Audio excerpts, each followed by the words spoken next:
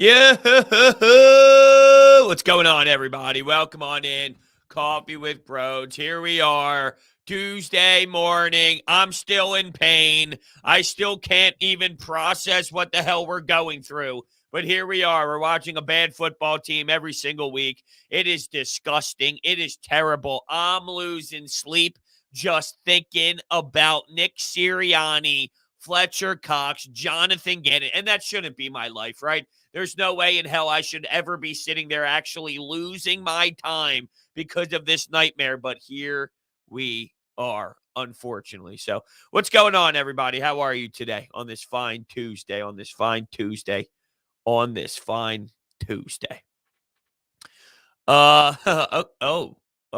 Finnabust, who's also losing sleep over the birds. That is unfortunate. Um, that is unfortunate.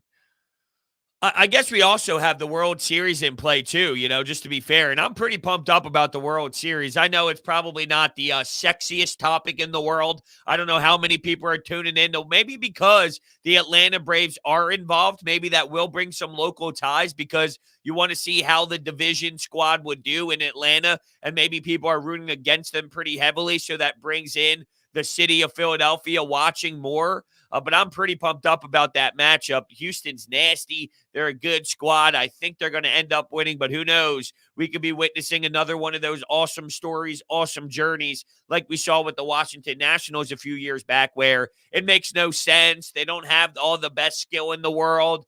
Ronald Acuna Jr. is not there, but somehow, some way, they end up winning the championship. So there's a lot, and I'm excited for it for sure.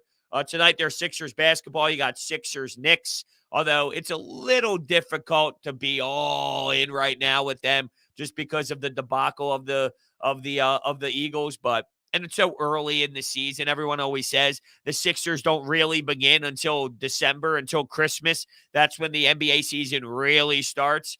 So it's kind of that transition period of having them back in action again. But like that Sunday night game, I mean, really, as much as people want to pretend like they were all bought in to what was going on, it was more just background noise after the shit show that the Eagles just put on. So, but what's happening, everyone? Cheers. We never did our cheers. Here we are. We need to have our sip together as we embrace this next hour of talking smack about the Eagles and where they are.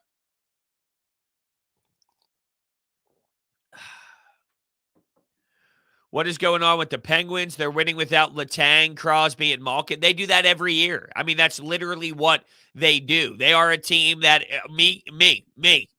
I could go out there and then I'll have 5 points and end up beating the Edmonton Oilers. You could be out there and without Crosby, without any player, if Gensel's not there, it does not matter. They just win hockey games.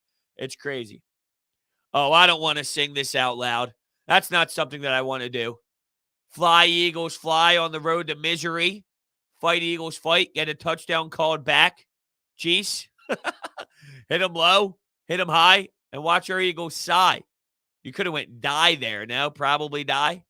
I probably would have went die in that scenario, unfortunately.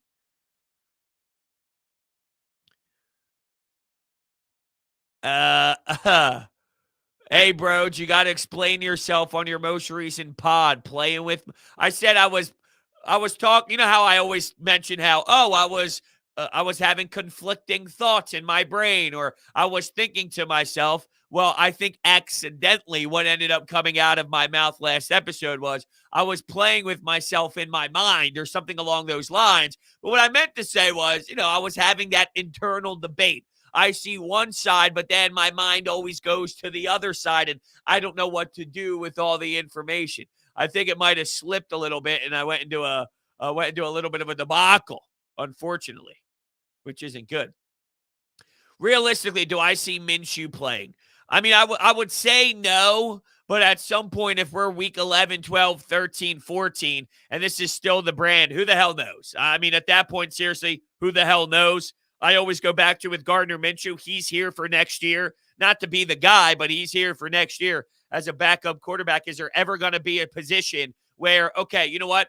We know what Jalen Hurts is. It's been 14 games. Let's just allow Gardner Minshew to have some opportunities because in those 14 games, we won 3 of them. or we won 4 of them, and we know that Jalen Hurts is struggling to make the throws that needs to be made. Not that Gardner Minshew I have a high ceiling on, or I think he's going to be anything better. He's probably not. It's going to be that same damn category that we're witnessing now, but I mean, I don't think it's any time even close to seeing Gardner Minshew. I just can't rule it out of the equation. And quite frankly, I don't even understand the support for it. There's people banging on the tables, ready to just start the Gardner Minshew Mania show. And it's just silly. It's nonsense to act as if that's something that, matters. It doesn't matter.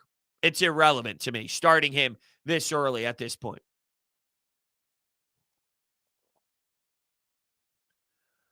Man, Brodes, this is brutal. I got used to schedules being smushed for sports. I can't handle 3 off days between hockey games. You know what? I thought that was bizarre as well. For them to play on Saturday, I know they had to fly out west and they're playing that Western Canada trip. So they have Calgary, Vancouver. They start off on Wednesday night in Edmonton, who started off the season real nasty. I thought it was a little long as well, to be honest with you. What kills me as an Eagles fan is when the word tanking gets thrown around. Well, I mean, to be fair, look, they're not tanking. They're not losing on purpose. They suck so bad they lose. There's a big difference between what the Sixers did, which was let's just blow so then we can go get Joel Embiid and Ben Simmons and start this whole new look of a team that's not stuck in purgatory. But that's not what's happening here. They're just so devastating and they're just so pathetic and they're just so poorly coached that losing has just happened by nature. It's not because they're, quote, tanking. They're just losing. There's a big difference when you look at it like that. Bro, I'm still pissed off about how our coach threw his assistant coach under the bus. As a head coach, if one side of the ball is struggling, are you supposed to fix it? Oh, you mean defensive coordinator. I was going to say, what do you mean by assistant coach? He's not wrong, though. When he tried to walk around it a little bit and tiptoe, where when he says that, he's not necessarily saying it's Jonathan Gannon who's the issue. Everything has my name on it, so I'm the head coach. That's part of me to go in there and have that conversation on what's going to happen. But, I mean, it's just bullshit what he was. No one's buying it. We know exactly what's going on. Jonathan Gannon has all the decision-making on that end. You barely peek your head in there. He asked you some questions at practice about what difficulties would this provide me from an offensive standpoint, and it's a horrendous person to ask because Nick Sirianni doesn't have a clue, so it's not as if he's giving you the proper answers, and then we're going out there on Sunday afternoons, and teams are annihilating that scheme as it is. So basically, it doesn't make sense whatsoever. Yeah, I don't love the fact that he said that. He's not wrong, though. He's not wrong, but yeah, I don't love the fact that he's saying that. He's upset that the defense is out there forever, which is limiting the amount of drives that the offense is able to get. But guess what, Nick? You want to talk about rhythm? You want to talk about getting the football back in your hands? I guarantee you, if they were getting off the field more, you're not looking any better offensively. You're still going 3 and out. You're still throwing brutal screen passes. You're still not running the football enough. You're still putting Jalen Hurts into shotgun after you witness success with him under center and some great play action to Dallas Goedert. Look, I'll give Nick Sirianni credit. That was an amazing scripted drive. It was fantastic. Run. Actually, it started off with a drop pass, which concerned me. But after that, it was run, under center, play action, Dallas Goedert. You get to the end zone. I mean, that play to Kenneth Gainwell on 13 personnel and able to have that action. I mean, it was very solid and strong. Why does that go away? Why do you just forget about that? Like, it's there. There's something in that. But it's just when you have to think on your feet and it's no longer about the scripted plays and its adjustment in game, he's just lost completely. Absolutely lost completely. Am I going to watch the Union game? No, I am not a big Union fan. I don't knock the Union. It's just not for me. I hear the buzz. I work with Tyler Zulli at the Fanatic, and he's big into the soccer, and it's always interesting listening to him talk about it sometimes and the amount of callers that call in about it. It is pretty fascinating to hear the culture that it's building. Sean Brace is another one in the media that's very big in the soccer community. Kevin Kincaid of Crossing Broad. I mean, I see Mark Zumoff is turning heads here with the soccer game as well. For me, it's just not there. I've tried it before. I can't get into it, and I'd be lying to myself if I threw it on the TV and pretended like I was actively involved. We got a $1 donation from Brandon Pyatt. Thank you so much, Brandon, for the $1 donation. I really appreciate the support, man. Thank you so much. Union are the best team in Philly. Yeah, but it doesn't matter. First off, I think the Flyers are, but in general, they could be the best team in the city all they want to be, technically by their standards of better than the rest of the league, but or high up in the league. It really is not anything that matters to the majority of this town. Whether that's fair or unfair, if they were the best team, no one cares. They're upset that the Eagles aren't. They're upset that Ben Simmons isn't showing up. That's what matters most. And speaking of the Ben Simmons thing, we did get an update on it. I'm not saying it doesn't matter in terms of to you personally. I'm saying to the city of Philadelphia, there's no real true emotional tie to what they do. So in terms of the city of Philly, if the Union were the best team in the city, it really does not have that much of an impact on the city of Philadelphia. Like I said, right or wrong. That could be wrong that it doesn't, but reality is that's true.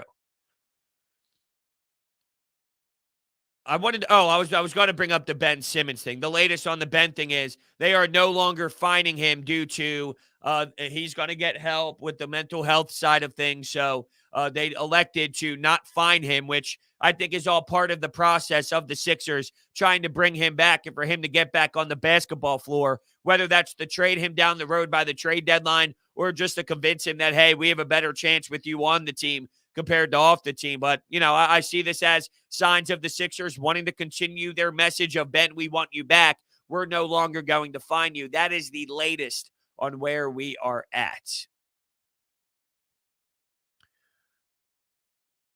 I'll be at the Union Parade. Okay, I think there'll be people at the Union Parade if they win. Like I said, I'm not saying there's not. Brodes, what do I think of the reports? Or what do you think of the reports?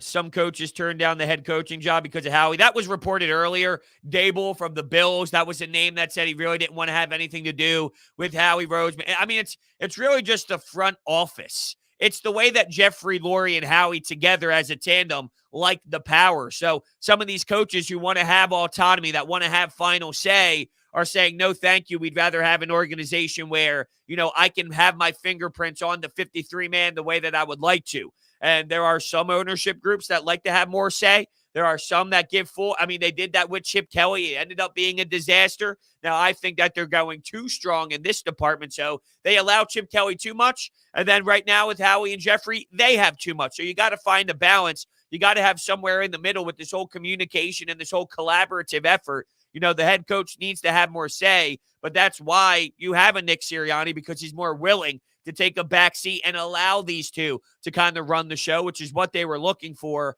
I made this pretty clear yesterday on my podcast where my biggest problem right now, while, Howie Roseman plays a role into this, it's Jeffrey Lurie. It all starts with Jeffrey Lurie, and he's the one that has Howie in play. Everyone wants Howie fired and some new guy hired who will say no to Jeffrey Lurie. Hey, here's a wake-up call. That ain't happening.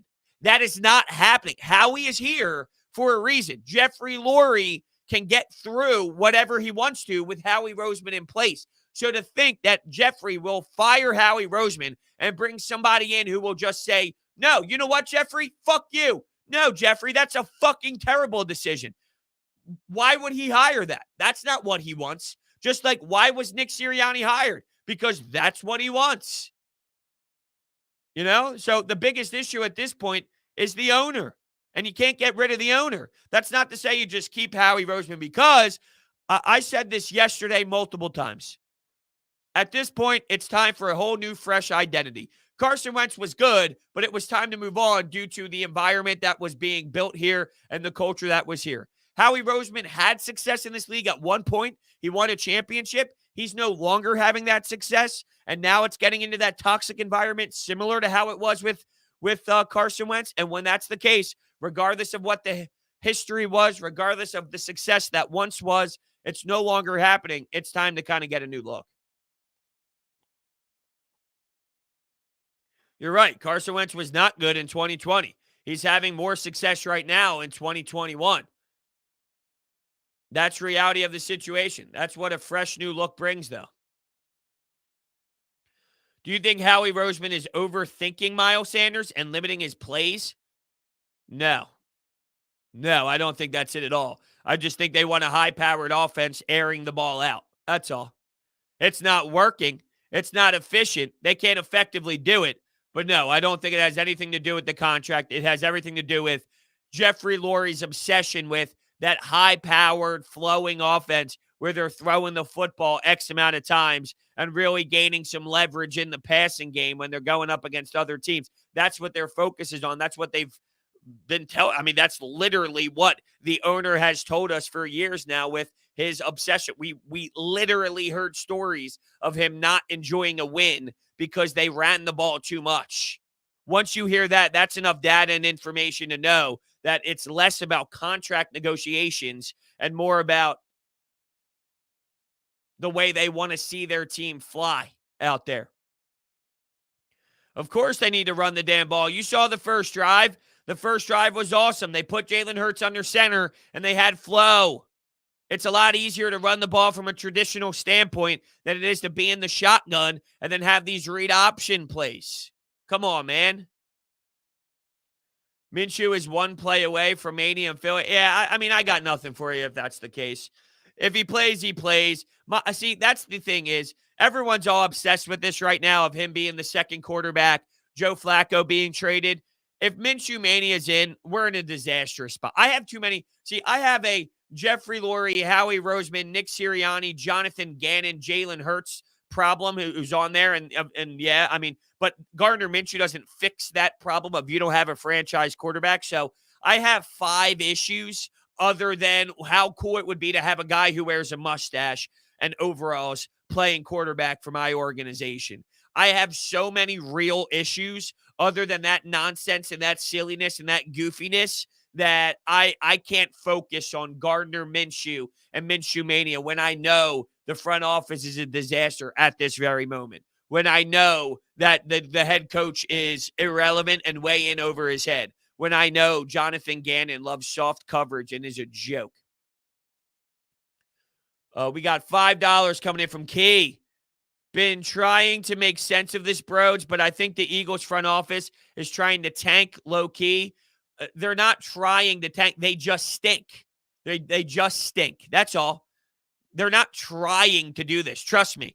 Jeffrey Lurie does not want to be mocked by the entire league. He does not want to be embarrassed by this product on the field. They are not trying to lose on purpose. They know they're not good. Trust me. It's not as if they went into this season thinking that they would win 10 football games and be winning the division and fighting with the Dallas Cowboys and Dak Prescott and Kellen Moore. They did not anticipate that. I also don't think they thought incompetence would be in play either, right? They probably thought somewhere in between. Nick Sirianni would lead a team with Jonathan Gannon that would show some promise, and you would leave this season with Jalen Hurts and Nick Sirianni in a spot where you say, okay, let's build off of it. Similar to our first year with Doug Peterson and Carson Wentz, they were 7-9. Now, some wanted Doug Peterson fired after that year, but there's a reason why they did. It wasn't incompetence. This is incompetence. They don't even deserve to be in the league at all. There were questions about Doug Peterson, but the level of intensity that we're witnessing with Nick Sirianni right now is just on a whole nother level. Trust me, they're not trying to they don't want to look this way. It's just happened naturally. I know you were. I could sense the sarcasm with the emoji, but there is a group of individuals. There is a portion of the fan base that truly do feel that way. Hurts is only looking for the first read and then scrambling. Yes, but that's because the offense is so simple that the other team can take that away very quickly. When you have an RPO and it's a read pass option, they make sure Miles Sanders doesn't get the ball, which is forcing Jalen Hurts to keep the ball in his hands. They're dropping down the safety. They have corner playing great coverage on the wide receiver on that right side of the field, which is where he's going to roll. The defensive end pushes, which forces Jalen Hurts to be in an uncomfortable position. I mean, the offense is so basic that the defense forces it to be one read and scramble, which is just a horrible way of playing, unfortunately. Well, he's got the injury now, and he's out for a couple weeks, so in terms of trading Miles Sanders. Yeah, I mean, I saw an article today, and it escapes me who wrote it, where it's possible trades by the trade deadline. Steven Nelson was one. Who was the other one? Let me see if I can find it. Steven Nelson was a name. Um, was it Mike K? Let's see. No, I don't think it was. Oh, yeah. Here it is. Andre Dillard, I think. Oh, come on. I read it on my phone this morning, and now I can't read it on NJ.com because I think I read too many articles before I get hit with that subscription. But, all right, I guess not. Steven Nelson, Andre Dillard, and I forget who the other one was. What is an RPO? Well, I mean, yeah, Jalen Hurts can take off as well. Let's see. Mike Gill, who I worked with at 97.3, tweeted this out 8 minutes ago. Eagles could have 3 first-round picks in the top 15. There are many options. Here are my 3 thoughts. Don't take a quarterback just to take one. Possibly trade for a quarterback not named Watson. Focused on the best defensive player available. You don't have one non-replaceable defensive player. Yeah, I mean, I would love to just get 3 game changers defensively, right? I mean, that would be fantastic, where you can get someone at the safety position. You can get someone at the linebacker position. It goes back to when you take Jalen Hurts instead of Jeremy Chin, that is an issue. When you have, Logan Wilson available, you end up not taking him. There's a lot of issues throughout the years that have now forced you to be in this position due to the lack of drafting as a whole over the last handful of many seasons.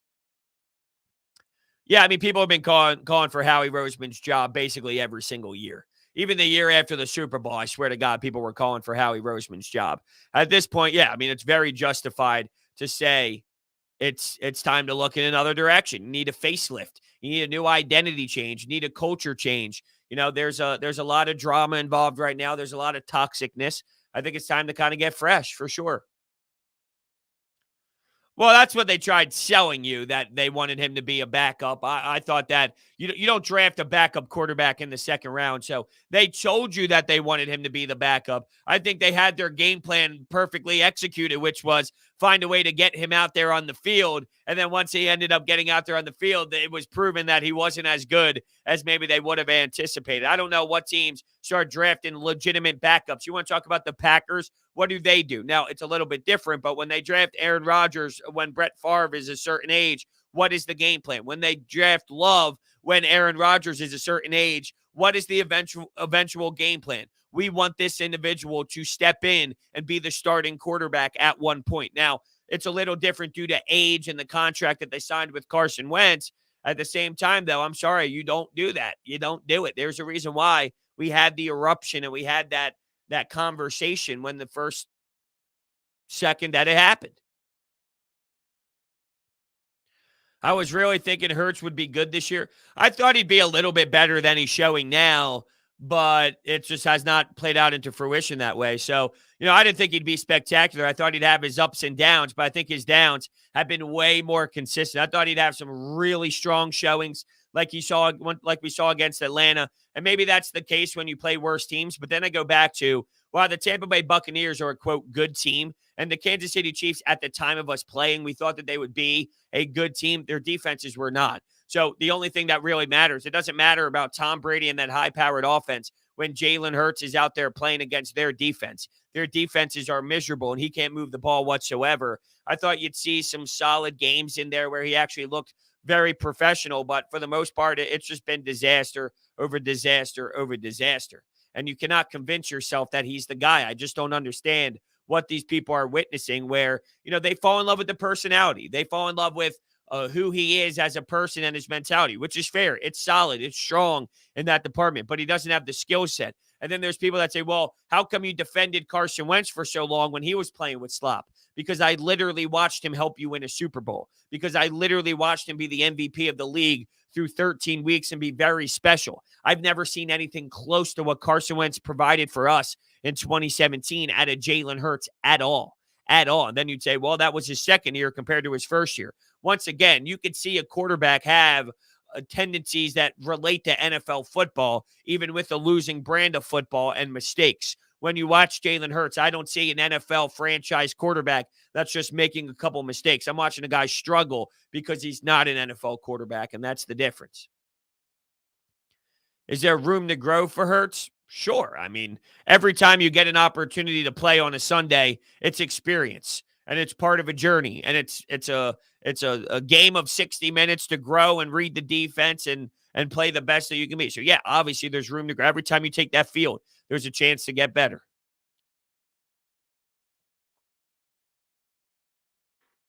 I read that Brandon Staley didn't want to go. Yeah, Connor, I mentioned that yesterday in the podcast. And I mentioned that happened last offseason as well with Dable from the Buffalo Bills. There's teams that want to, or there's players, or excuse me, there's coaches that go to teams that want to have say about the players, about the roster more than they would have here. And that has been an issue with being able to land some of these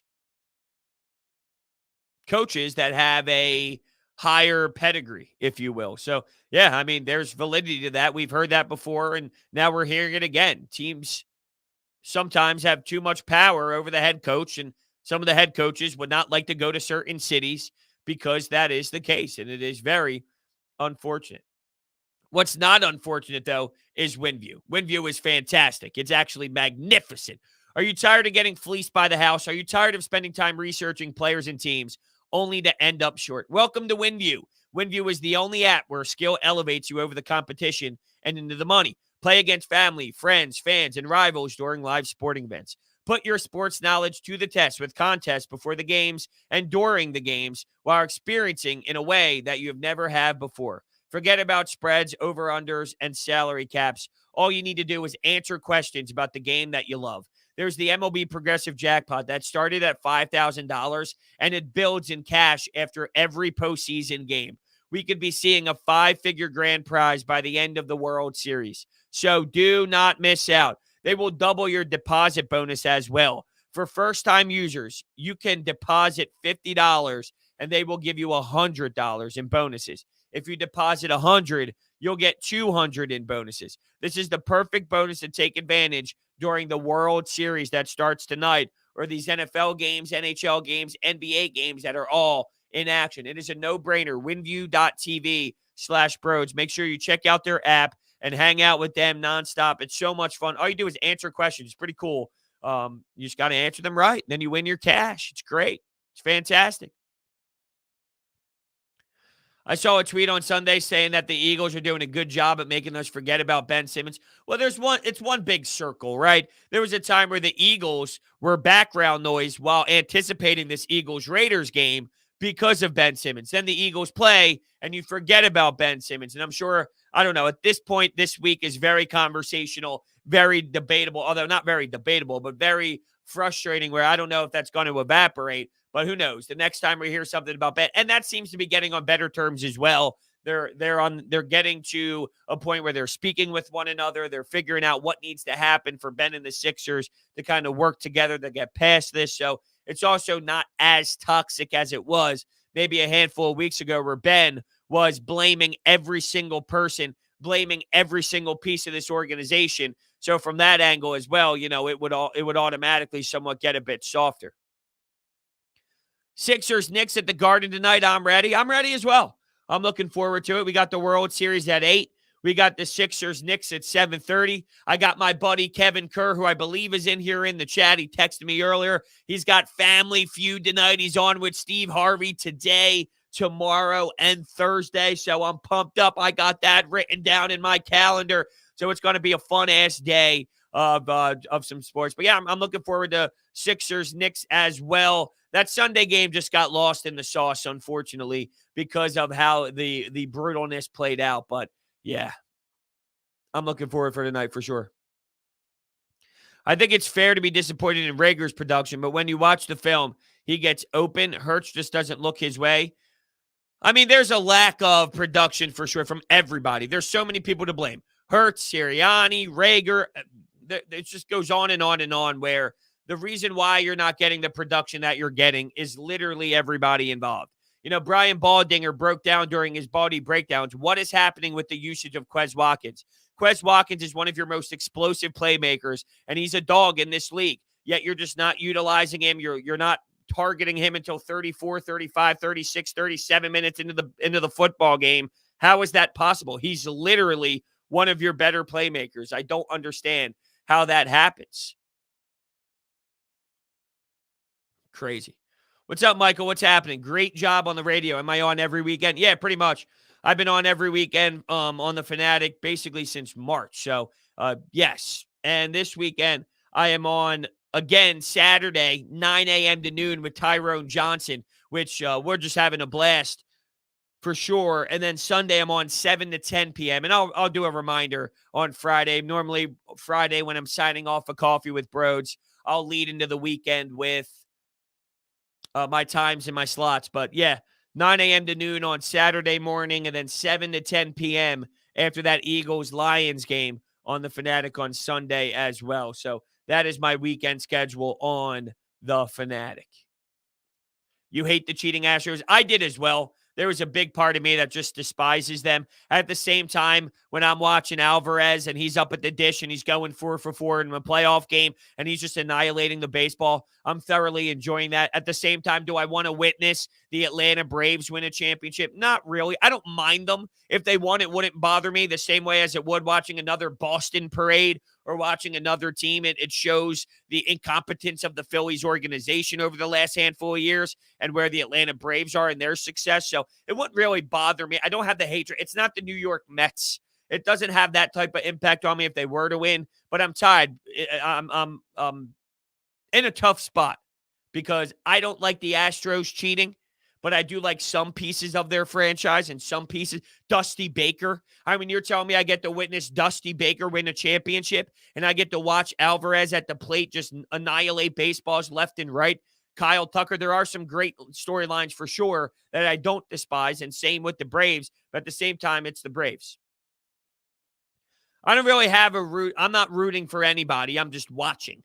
I'm going to see how it plays out, and my emotions will take me where they are. I don't have like this rooting interest of I need to see this team win. And who knows, maybe at game one, naturally, my body starts telling me, hold on a second, I am leaning in one direction over the other. Sometimes I head into certain series and it's like, oh, I really don't care who wins. And then by game 5, I recognize that I'm pulling for one team more than the other. That's probably going to happen at some point here. But as of right now, I'm going into it saying, let my emotions take me where they do. It's like it's like golf where the ball lands somewhere. Play it as it lies. You have to play. I have a good foot wedge when things kind of hit the fan and I'm a little bit in the woods. I do have a fantastic foot wedge, but for the most part, play as it lies. And that's kind of where I'm going with my emotions here on this one. How do we know all these issues aren't a quarterback issue? Oh, it's part of it. Oh, it's definitely part of it. Jalen Hurts is not good. Nick Sirianni is also not good. Jonathan Gannon is not good. Howie Roseman and Jeffrey Lurie have not been good for the last handful of years. So it's both. I mean, I think it's pretty clear to see that Nick Sirianni is in way over his head. So, I mean, it's both. It's both. I don't think we can sit here and say it's one or the other. I think both of them are very bad.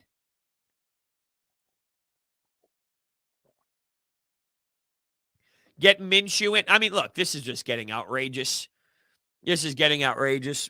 It's like the same thing with Doug Peterson. Did Nick Foles have more success than Carson Wentz in Doug Peterson's offense? Yes. Did Doug Peterson still have a vanilla offense that sucked and he ended up getting fired? Yes. I mean, it's just like a spark plug and adrenaline rush when you change things. It doesn't mean over a 17-game sample size, if there was any sort of success with Gardner Minshew, that would last. There's something to be said about the backup goalie with an adrenaline rush and some excitement involved because of it. I mean, it's just people go so overboard. People go so damn overboard when we talk about this backup quarterback thing. The Braves do have that New York Mets vibe for me personally. I mean, there are a lot of fans that do feel that way. There are a lot of fans that have that hatred towards the Braves. I don't. I love their lineup. I thoroughly enjoy their lineup. I'm pissed off that I don't get to witness Ronald Acuna Jr. in the World Series. That would probably make me jump up and down and excited. If you told me right now I was able to get it, I'd be so stoked. I'd be so pumped up. but I guess, I'm robbed of that moment. But you just have Austin Davis and Freddie Freeman and just the way that they play Ozzie Albies. They just play a great brand of baseball. Jock Peterson, it's Jocktober. It's great stuff, man. It really is. Is Jalen Hurts a lost cause? I think this whole franchise right now is a lost cause. Who has a shorter leash? I think Jalen Hurts has the shorter leash because Jeffrey Lurie would have to admit that Nick Sirianni is a mistake. I don't think he'll do that. He'll probably give Nick Sirianni another year, which is a disaster, and they have a lot of draft picks and compensation to change the quarterback position. So the shorter leash for me is to answer your question, I'm not telling you this is right. I'm telling you how I believe this is going to go just from knowing what we're handling or who we're talking about, who's handling this predicament. And I believe it'll be Jalen Hurts who has the shorter leash compared to the head coach in Nick Sirianni. No, it's not all Howie's fault. No, definitely not all Howie's fault. Jeffrey Lurie, if you're saying it's Howie's fault, then it's Jeffrey Lurie's fault because Howie Roseman is just a product of Jeffrey Lurie. And that's not to take away from what Howie has done, but I'm just saying, like, if you're screaming, it's all Howie, no, it's all Jeffrey at that point. Jeffrey Lurie has Howie Roseman there for a reason because he will say, yes, sir, yes, master, whatever you like. But Howie Roseman has an impact on here as well. It's Lurie, Howie, Sirianni, Hurts. You look this bad when it's more than just one person. You look this bad when there's 5 people involved. The most 5 important franchise pieces are slop and garbage right now. That's when it looks this way. And that's where we're at right now. If it was one, here's my point. If one person was bad, if Howie was bad, but you had Andy Reid and you had Pat Mahomes and you had Jeffrey Lurie, if it was one person out of the 5 in head coach, owner, GM, DC, and QB, one guy was bad, you could overcome that with Andy Reid and Pat Mahomes. You could overcome that with one poor person involved. This is what it looks like when there's multiple.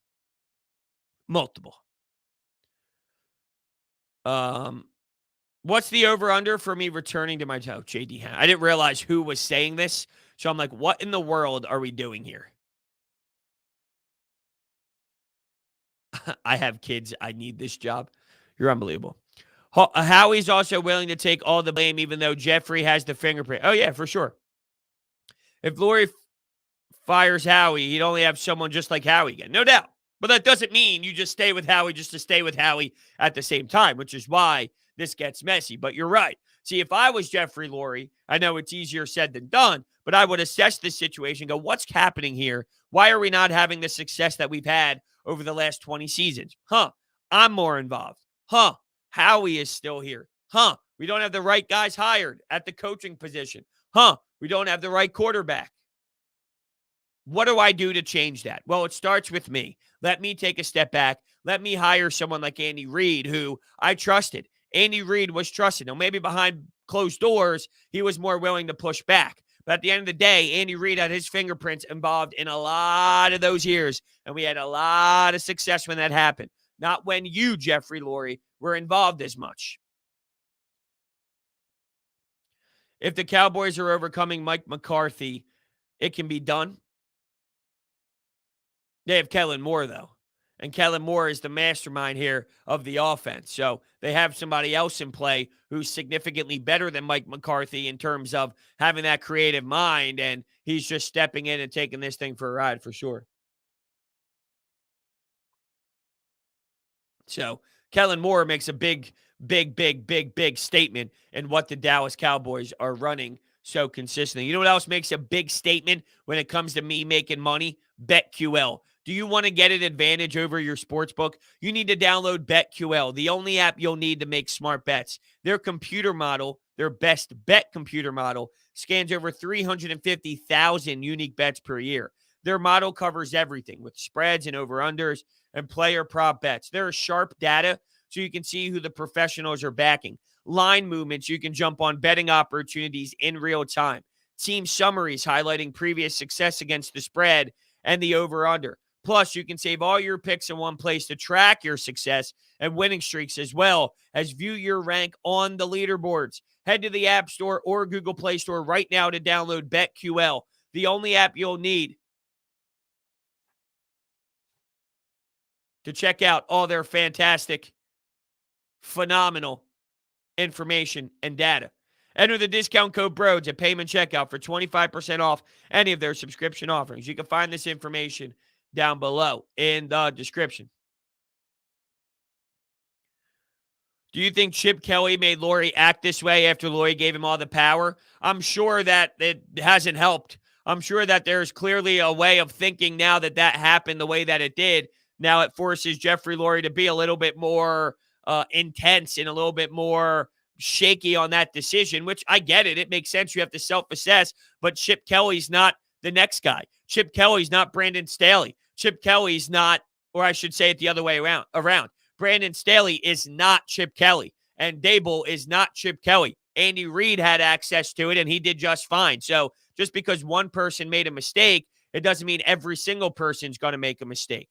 So you need to be willing to understand that as well if you are Jeffrey Lurie who's making that decision. To answer shortly the leash question, my answer would be I don't know, because if Hurts, then Howie has to admit that he was wrong about Jalen Hurts' pick. Yeah, but that's not as brutal as Nick Sirianni. I mean, the hire is significantly more important than saying we messed up on a draft pick, because you're talking about Nick Sirianni and then his entire staff. And they were telling us that this guy's going to innovate the offense, and he's very smart, and he's young, and he's creative, and he's on the uprise, and there would be a learning curve involved, but this is the guy, and he hires his entire staff.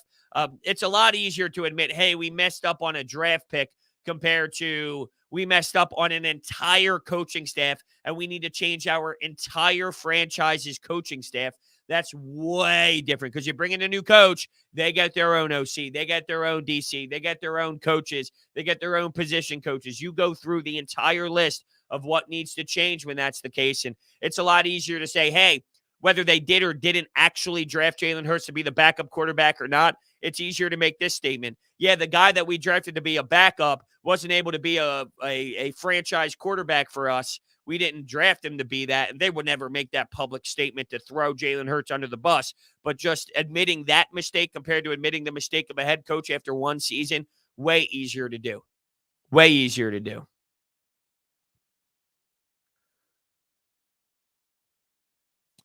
If the Birds do indeed clean house,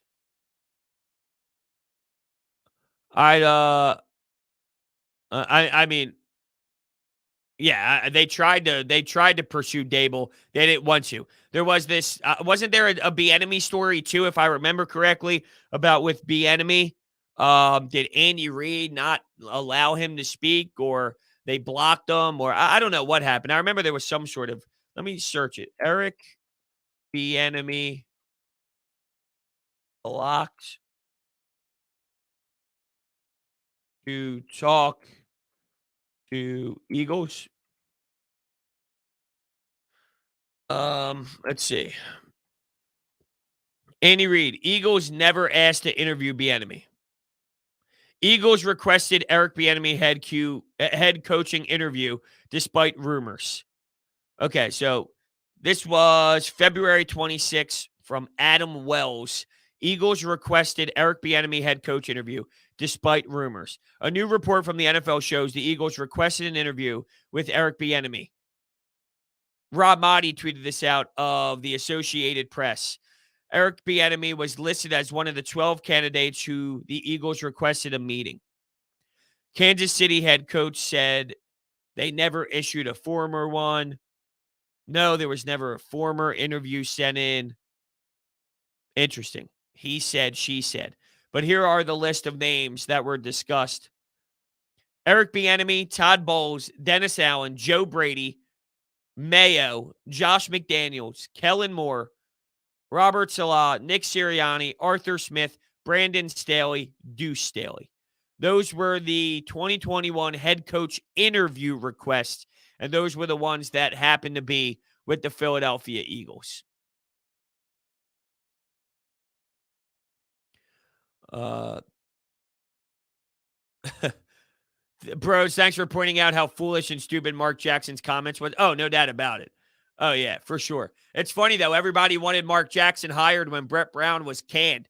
It was like, oh, you need someone to take them over the top. Oh, yeah, the great example would be the guy who was fired so Steve Kerr could step in and do a better job. Everyone just falls in love with people they hear a lot, where it's like, oh, this guy's smart because I hear him breaking it down as a color analyst or as somebody. It's like, yeah, that's great. You could be a color analyst and be okay at your job. I'm not saying here, I'm saying in theory, in general, you could be a good color commentator and be a horrendous coach. It's easy to talk about what can be done on the basketball floor or what can be done on the football field. And then it's different actually executing it and being the leader that you need to be that people buy in. But there was a large crowd that really wanted Mark Jackson hired as the head coach to fill in for Brett Brown when he was the example of he needs to be canned in Golden State so someone could provide that spark of new energy and new philosophy with the Golden State Warriors, and they end up going on this special run with Steve Kerr. So it's just funny how that is the case. Well, I mean, I think it's not that simple, okay? I mean, let's not act as if he was 1,000% signing in Philadelphia. The Chargers had Justin Herbert. The Chargers were set up for success with a franchise quarterback. It's not as simple as, oh, he just didn't come here 1,000%. He was signing on the dotted line, and he just didn't because of Howie. That's totally unfair. But it's fair to point out that the power of the front office here in Philly is viewed a certain way. That's the takeaway. It's not, oh, Staley isn't here just because of Howie. It's the power of the front office that they demand is an issue surrounding the league, and it's a loud noise around the league. It's two totally different scenarios, for sure. What's going on? Drew comes in with a $2 donation. Where will Kevin Hayes fit in? I don't even think it's a question. I mean, we brought him in here to be a center as a top 6 forward. Yeah, Broussard is playing well with Cam Atkinson and Joel Farabee. Is it possible that he gets slotted into the third line and you mix up that lock-in Oscar Lindblom JVR line? Yeah, probably, because I haven't seen a lot that I like from that line. But ultimately, you brought him in to be a top 6 forward. If you have a top 9 that's so special that you can consistently roll, that's very good. So either second or third line center is where he's at, but I don't want that to be viewed as a negative thing. If it is the third line center, it's going to take time for him to adjust his body, to get back into rhythm, to get back into the flow of things. And who knows, maybe some point throughout the season, that line of Broussard, Farabee, and Cam Atkinson dies out a little bit. It loses some of its cool. It cools off and becomes just a little blah, needs a little bit of a spark. Maybe that's when you slot Kevin Hayes back into the top 6. But I think to start, it'll probably be in that center position on the third line to break up Lawton, Lindblom, and JVR. And then, eventually I think the goal is to get him back into the top 6, which would make it difficult. But that's kind of where I think it is right now. Who do I want to be as the new head coach? I mean, I'd have to see who's available at the time. And I don't think you're even getting a new head coach this season. I don't. I think Jeffrey Lurie is going to stand ground here and stay true to his hire, because admitting that was such a mistake after 1 year is just such a bad look. It's the right thing to do, though. You'd rather get out in front of it instead of, it goes back to, oh, let's just sign this player because we gave up too much for him. Well, that's a bad idea. If he's not good enough, he's not good enough. No reason to justify the move by holding on. That's what's going to happen. But there's so much by the time of a hiring that happens that, would I like Eric Bieniemy? Yeah, absolutely. Would I like Kellen Moore? Yeah, absolutely. Would you be interested in a Joe Brady? Okay, yeah. I mean, those are the style of names. The hard part with the Eagles is I think it has been that when they've asked coaches to play GM, when they've asked coaches to play GM, also, it hasn't worked out with the exception of Reed. What? They don't want the coach to play GM, though. And the coaches want to play GM. That's the difference. They don't want the coach to play GM. The coach wants to play GM. Because that's what it's like in this league, where they have the power to run the show. They want the power to run the show, and so does Howie Roseman and Jeffrey Lurie, which is having two heads collide right from the jump, and then that individual is not getting hired at all. So that's that's kind of the problem here. Ben Simmons using mental health excuse is a cop-out. You can tell Embiid Doc Scissors are treading lightly and being overly accommodating just because it's a bad look if they're unsupportive. Well, no, I think they want him back. I mean, I don't think it has anything to do with them like, hey, we're just going to accommodate to him. I think they genuinely want Ben Simmons back. It gives them the best chance to succeed, at least whether that's to trade him down the road or not. But in terms of what they're getting now, they'd rather have him on the floor than not have him on the floor, as long as he's bought in. I'm saying with the proper mindset, not giving 20% or anything like that. If Ben Simmons is willing to go back and compete and actually, be a player that wants to be out there on the floor, they prefer having that back. I don't think it's necessarily like, hey, man, we don't believe in anything this guy, like Doc Rivers, you can hear in his tone and based off of last year, that wasn't fake. Doc Rivers thinks very highly of Ben Simmons, the basketball player. When Daryl Morey speaks of Ben Simmons, he thinks very highly of Ben Simmons, and that's why he's holding the level of trade value where it's at and not budging whatsoever, because he also knows where the league thinks of Ben Simmons too. So I think you're going a little too far to an extreme on your approach with it, on how you feel they feel about it. But, yeah.